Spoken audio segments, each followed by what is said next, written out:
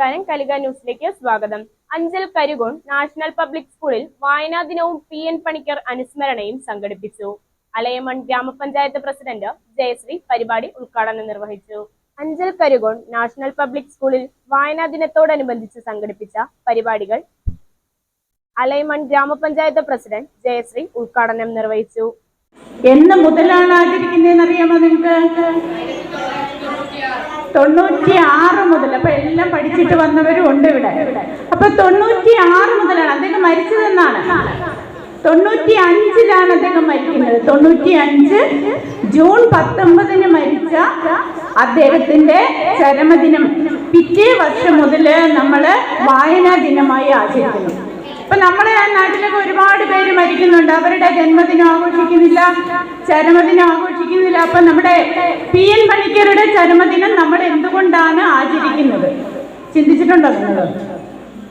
അതായത് തൻ്റെ ഗ്രാമത്തില് നടന്ന് ഒരുപാട് പുസ്തകങ്ങൾ ശേഖരിച്ച് തൻ്റെ നാട്ടിൽ തന്നെ, അതായത് 17-ാമത്തെ വയസ്സിൽ, ഇപ്പൊ ഇവിടെ ഇരിക്കുന്ന വിദ്യാർത്ഥികൾക്ക് ഏറ്റവും കൂടിയ പ്രായം കൂടിപ്പോയ 10, 11, അതിൽ കൂടുതലുണ്ടോ? 12 ഉള്ളവരുണ്ടോ? ഉണ്ട്. ഓക്കെ. അപ്പൊ 17-ാമത്തെ വയസ്സിൽ തന്നെ അദ്ദേഹം എന്താണ്, ലൈബ്രറിയുടെ പ്രവർത്തനങ്ങൾക്ക് വേണ്ടി, ഗ്രന്ഥശാലയുടെ പ്രവർത്തനത്തിന് വേണ്ടിയിട്ട് നാടൊട്ടുക്ക് നടന്ന്, അല്ലാതെ കുറെ പുസ്തകം വാങ്ങിക്കൊണ്ട് ഒരു ലൈബ്രറി ഉണ്ടാക്കുകയല്ല അദ്ദേഹം ചെയ്തത്. എന്ത് ചെയ്ത്? നാടൊട്ടുക്ക് നടന്ന് പുസ്തകങ്ങൾ കളക്ട് ചെയ്ത് സനാതന ധർമ്മം എന്ന ഒരു വായനശാലയ്ക്ക്, ഒരു ഗ്രന്ഥശാലയ്ക്ക് രൂപം നൽകി. അപ്പം വളരെ കുട്ടിയായിരുന്ന കാലം മുതൽ തന്നെ വായനയെ കുറിച്ചുള്ള പ്രാധാന്യം മനസ്സിലാക്കുകയും മറ്റുള്ളവരെ വായിക്കാൻ വേണ്ടിയിട്ട് പ്രചോദനം നൽകുകയും ചെയ്ത വലിയൊരു മനുഷ്യനാണ്. ആരാണ്? നമ്മുടെ PN പണിക്കർ. അപ്പൊ അദ്ദേഹത്തിന്റെ ജന്മദിനവും ഒക്കെ നമ്മൾ ആചരിക്കണ്ടേ? ആചരിക്കണോ? വേണം. അപ്പൊ അതുകൊണ്ടാണ്. അപ്പൊ അതുപോലെ ഒരുപാട് ഗ്രന്ഥശാല സംഘത്തിന് രൂപം നൽകി. ഒരു ഗ്രാമത്തിൽ പോലും, ഒരു പ്രദേശത്ത് പോലും ഒരു വായനശാല ഇല്ലാതാകരുത്. കാരണം നമുക്കറിയാം, ആളുകളെല്ലാം അറിവ് നേടണമെങ്കിൽ എന്ത് വേണം? പുസ്തകങ്ങൾ വായിക്കണം. അപ്പൊ നമ്മുടെയൊക്കെ വീടുകളിലൊക്കെ ഒരുപാട് പുസ്തകങ്ങൾ കാണും. ഇപ്പൊ സാർ സൂചിപ്പിച്ചതുപോലെ നിങ്ങള് നമ്മുടെ സ്കൂളിന് വേണ്ടിയിട്ടെങ്കിലും ഒരു പുസ്തകം നമ്മൾ കൊണ്ടു കൊടുത്താൽ എന്താണ്, ജീവിതകാലം മുഴുവനും നിങ്ങളുടെ പേരൊക്കെ അടിച്ചു വരും. നിങ്ങൾക്ക് അത് ഏറ്റവും വലിയൊരു സംഭാവനയാണ്, നമ്മൾ പഠിച്ച സ്ഥാപനത്തിന് ഒരു പുസ്തകം കൊടുക്കുക എന്നത്. അപ്പൊ എല്ലാ വിദ്യാർത്ഥികളും. അതിഥിയും മുഖ്യ പ്രഭാഷകനുമായ റീജ സജിത് കഥകളിയിലൂടെയും കവിതകളിലൂടെയും നമ്മുടെ ജീവിതത്തിൽ വായനയുടെ പ്രാധാന്യത്തെക്കുറിച്ചും അതിലുപരി നല്ല ഒരു മനുഷ്യനായി വളരേണ്ടതിനെ കുറിച്ചും കുട്ടികളെ ബോധ്യപ്പെടുത്തി. നിങ്ങളോടാണ് ചോദിക്കാനുള്ളത്. നിങ്ങൾക്ക് വലിയ പ്രസംഗമൊക്കെ കേൾക്കുമ്പോൾ ഭയങ്കര മടുപ്പാണ്. നിങ്ങൾ കൊച്ചു പിള്ളേരല്ലേ, അല്ലേ? പ്രസംഗം കേൾക്കാൻ ഇഷ്ടമുണ്ടോ നിങ്ങൾക്ക്? ഇല്ല.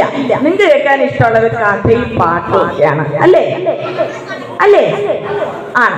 എന്നാലേ ടീച്ചർ ഒരു കുഞ്ഞ്, നിങ്ങൾ എപ്പോഴും നിങ്ങളുടെ ടീച്ചേഴ്സ് നിങ്ങളോട് ഓരോ കാര്യങ്ങൾ പറഞ്ഞു തരും, അല്ലേ?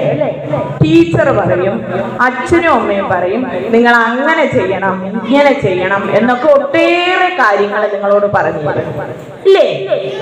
ദിവസവും രാവിലെ എണീക്കുമ്പോൾ നിങ്ങളോട് പറയാറില്ലേ, ഇന്ന് സ്കൂളിൽ പോയിട്ട് എന്ത് ചെയ്യണം എന്നൊക്കെ പറയാറുണ്ട്. ഒട്ടേറെ കാര്യങ്ങൾ നിങ്ങളുടെ അച്ഛനും അമ്മയും നിങ്ങൾക്ക് പറഞ്ഞു തരും.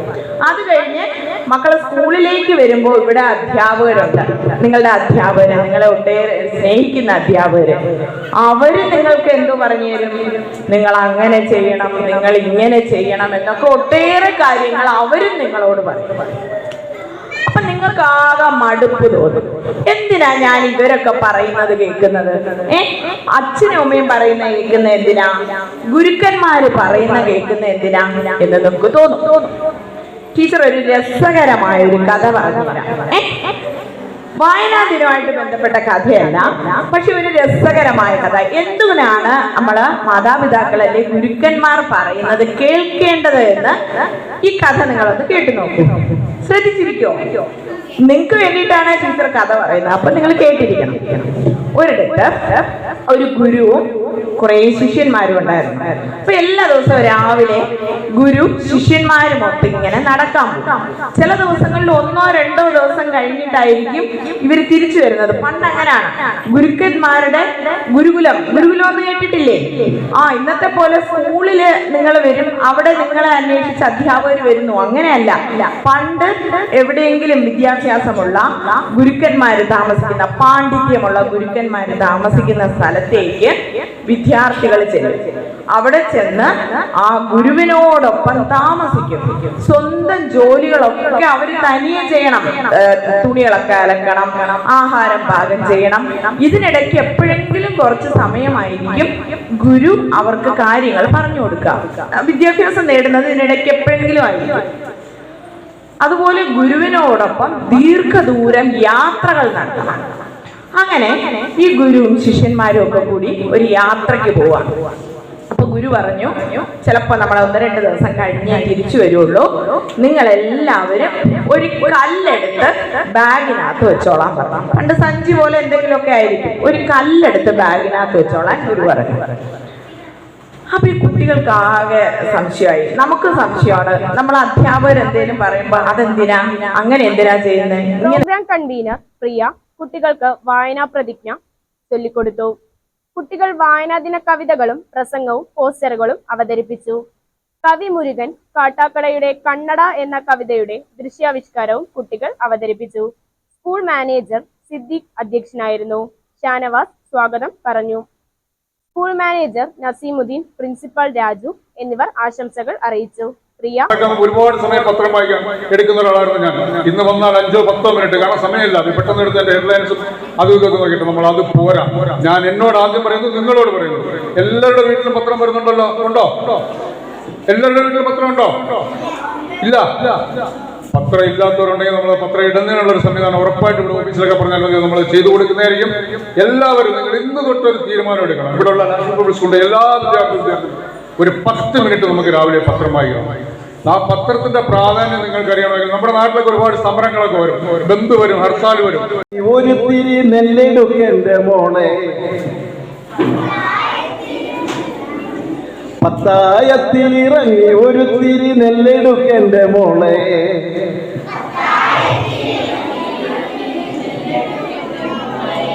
മോളപ്പ എന്ത് പറയും? എനിക്ക് വയ്യമ്മോ, എനിക്ക് വയ്യമ്മോ, എലി എന്നെ കടിച്ചു തിന്നുമമ്മോ. പട്. എനിക്ക് വയ്യമ്മോ, എനിക്ക് വയ്യമ്മോ, എലി എന്നെ കടിച്ചു തിന്നുമമ്മോ. അറപ്പുരയിലെ ഉരലിലിട്ട് നെല്ലൊരു തിരി കുത്തിത്തായന്റെ മോളെ, അറപ്പുരയിൽ ഉരലിലിട്ട് നെല്ല് തിരി കുത്തിത്തായന്റെ മോളെ. അപ്പോഴെന്ത് പറയും? എനിക്ക് വയ്യമ്മോ, എനിക്ക് വയ്യമ്മോ, ചെക്കന്മാരൊളിഞ്ഞു നോക്കുമമ്മോ. എനിക്ക് വയ്യമ്മോ, എനിക്ക് വയ്യമ്മോ, ചെക്കന്മാരൊളിഞ്ഞു നോക്കുമമ്മോ. അടുപ്പിലിത്തിരി അരി ഒരു തിരി വേവിച്ചു വാർക്കെന്റെ മോളെ, അടുപ്പിലിട്ടി അരി ഒരു തിരി വേവിച്ചു വാർക്കെന്റെ മോളെ. എനിക്ക് വയ്യമ്മോ, എനിക്ക് വയ്യമ്മോ, അടുപ്പെന്നെ തുറച്ചു നോക്കുമമ്മോ. എനിക്ക് വയ്യമ്മോ, എനിക്ക് വയ്യമ്മോ, അടുപ്പെന്നെ തുറച്ചു നോക്കുമമ്മോ. ഇനി മറ്റൊരു കാര്യം ചോദിക്കും. ഇല തുടച്ചിട്ട് വിളമ്പി വെച്ചടി ഉണ്ണാൻ വാ മോളെ, ഇല തുടച്ചിട്ട് വിളമ്പി വെച്ചടി ഉണ്ണാൻ വാ മോളെ.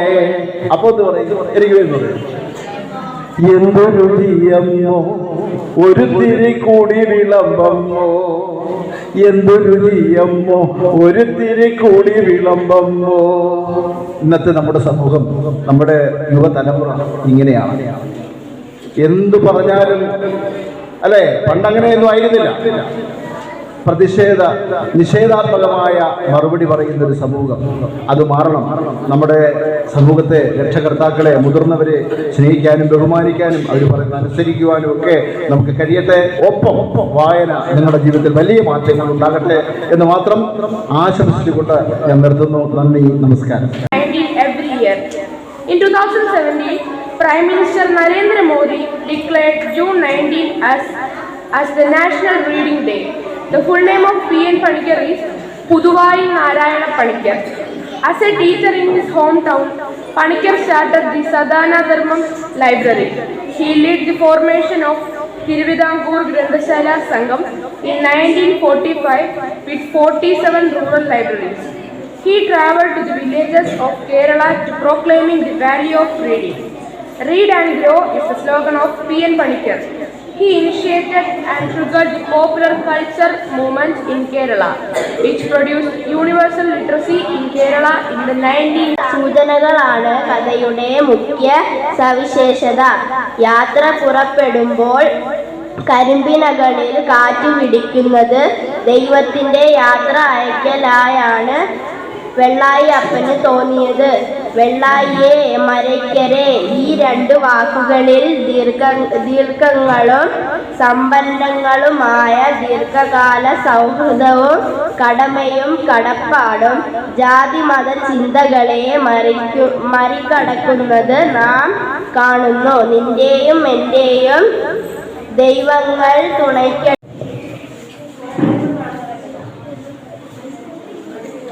മലയാളമേ നിന്റെ വാക്കുകൾക്കുള്ളത്ര മധുരം തുടിക്കുന്നതേതു ഭാഷ. മലയാളമേ നിന്റെ വാക്കുകൾക്കുള്ളത്ര മധുരം തുടിക്കുന്നതേതു ഭാഷ.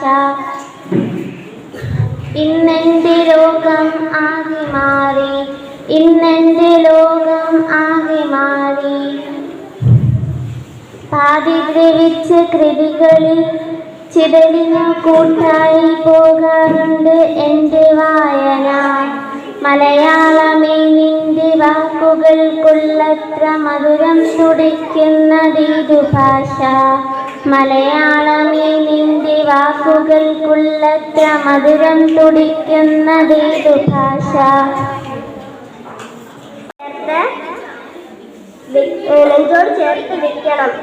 അധ്യാപകരെയും രക്ഷിതാക്കളെയും നല്ല പുസ്തകങ്ങൾ തിരഞ്ഞെടുത്തു വായന ഒരു ശീലമാക്കാൻ ഇന്നു തന്നെ പ്രതിജ്ഞ ചെയ്യാം. അതിന് ഏറ്റവും നല്ല ദിവസം ഇന്ന് തന്നെയാണ്. നമസ്കാരം. പുസ്തക ചങ്ങാതി. വായിക്കണം നമ്മൾ, വായിക്കണം, വായിച്ചു നമ്മൾ വളർന്നിടണം. വായിക്കണം നമ്മൾ, വായിക്കണം, വായിച്ചു നമ്മൾ വളർന്നിടണം. അക്ഷരത്തേൻ കണം, അറിവിൻ്റെ തേൻ കണം, അവിടുന്ന് നമ്മൾ നുകർന്നിടണം. അക്ഷരത്തേൻ കണം, അറിവിൻ്റെ തേൻ കണം, അവിടുന്ന് നമ്മൾ നുകർന്നിടണം. വായിക്കണം നമ്മൾ, വായിക്കണം, വായിച്ചു നമ്മൾ വളർന്നിടണം. വായിക്കണം നമ്മൾ, വായിക്കണം, വായിച്ചു നമ്മൾ വളർന്നിടണം. പുസ്തക ചങ്ങാതി കൂടെയുണ്ടാവണം പുലരും മുതൽ നിദ്ര കരുതും വരെ. പുസ്തക ചങ്ങാതി കൂടെയുണ്ടാവണം പുലരും മുതൽ നിദ്ര കരുതും വരെ. അവയിൽ നിറഞ്ഞു തുളുമ്പുന്ന നീരുള്ളിൽ ഒരു കുളിർച്ചോലയായി ഒരുങ്ങിയിടണം. അവയിൽ നിറഞ്ഞു തുളുമ്പുന്ന നീരുള്ളിൽ ഒരു കുളിർച്ചോലയായി ഒരുങ്ങിയിടണം. വായിക്കണം നമ്മൾ, വായിക്കണം, വായിച്ചു നമ്മൾ വളർന്നിടണം. വായിക്കണം നമ്മൾ, വായിക്കണം, വായിച്ചു നമ്മൾ വളർന്നിടണം. വേദമന്ത്രങ്ങളായി ഇതിഹാസ കഥകളായി ആർഷ സംസ്കാര പെരുമയായി. വേദമന്ത്രങ്ങളായി ഇതിഹാസ കഥകളായി ആർഷ സംസ്കാര പെരുമയായി കൃതജ്ഞത രേഖപ്പെടുത്തി.